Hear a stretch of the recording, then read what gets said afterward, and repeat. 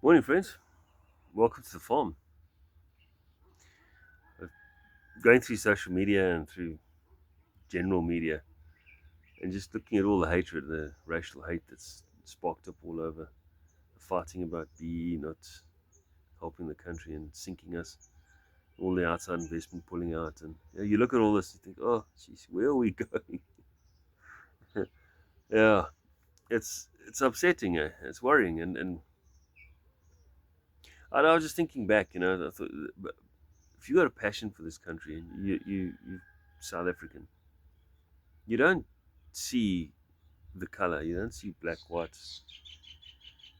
mixed race, Indian, colored. You don't see all that stuff. You see the people, and you hear the accents. There's lots of different accents in South Africa. I remember coming back into the country a couple of years, or many years back, and I'd been out in quite a place where people that just don't. They're not really friendly. And when I got back to what they now call OR Temba, um, this black Zulu chap welcomed me into the doors. As I got off the plane, we walked through to go fetch our stuff. And the guy said, "Welcome to South Africa." I said, "Hey, I'm home." And he said, "Welcome home." With a big smile on his face. I wanted to hug this.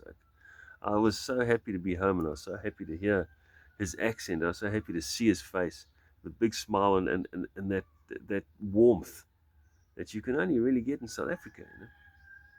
And when you come home, when you're back home, you know you're home. And that's, you know, as South Africans, we've got to stop this hate, this racial hate between us. But really, it's not doing anyone any good.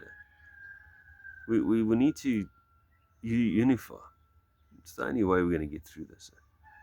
We have to, number one, get all these racial laws out, get them gone. We need to move forward. We need to, instead of pushing the BE thing, we should be building up entrepreneurs. We've got so many people with such amazing skills, but you can't put somebody into a business that he doesn't have a passion for. You've got to have a passion for it to make it successful. And so harness that. Find the people, find their passion, and push them in the right direction. Give them the funding, give them what they need. Do it that way. Don't just attack the businesses that are doing well now. You need that income, that tax revenue. You need it. So don't, yeah. Anyway, I'm waffling on now, but that's what I'm saying. We need to unify. We need to find the way forward without hitting rock bottom. And the government is going to, um, they're going to try and divide us. They're going to keep throwing the racial hate in there. They have to. They were the revolutionaries, and the only thing that got them into power was that everybody thought that they were the saviors, and now they want people to remember that, so that we vote a certain way and keep them in power. So they're going to do it. They're going to try and create this divide, this racial divide, which they'll never stop. They'll keep bringing up apartheid. They'll keep bringing up anything that's got a racial connotation to it. The hatred of the past. If you look at those of you who've got the SABC channels, go look at the channels. Look what they bring up the whole time, and that's the government's propaganda machine. So it's going to happen. There's nothing we can do. But the goodness in people are tired of this. They're seeing through it. The South Africans are not stupid.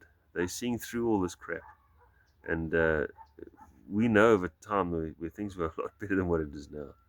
The cost of living has gone through the roof, and this is through bad governance. Our rand has been inflated. The banks conspired. South African banks conspired to push our rand up. We should be paying 7 rand to the dollar. We're on 17, almost 18. Come on, people. Nobody, the banks aren't being held to book. The government should immediately sort that all out and start bringing it back to ground. The banks must sort out the stuff ups they made, and if they can't, they must be sued. They must be closed down. They must move on. There's other banks that can take their place. It's yeah. There's so many, but nobody's got the guts or the balls. Just put their foot down and say, "Listen, we have to fix this country now. We can't carry on like this. We have to get number one. We have to get our currency strong again. We have to get jobs. We have to get the economy flowing. If you don't, if the people haven't got jobs, they're going to steal. You steal to survive. You, I've seen people steal cabbages. A cabbage. Why would you want to steal a cabbage? It's worth 50 cents. Well, now with a rand, it's worth $20. But still, why would you want to steal a cabbage? You steal a cabbage because you're hungry. It's not because you're trying to enrich yourself. And it's yeah. So when people are hungry, they steal.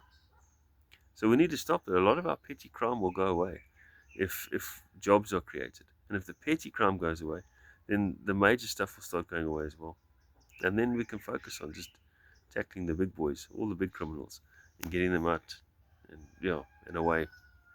Anyway, that's my 2 cents for today, folks. Pray for this country. Pray that we are unified through being South African and not being classed by your race. We South African. You know South African through what he wears, what he says, his accent, what we eat, and the smile that we always have on our faces. So keep that smile going, folks. Keep being South African.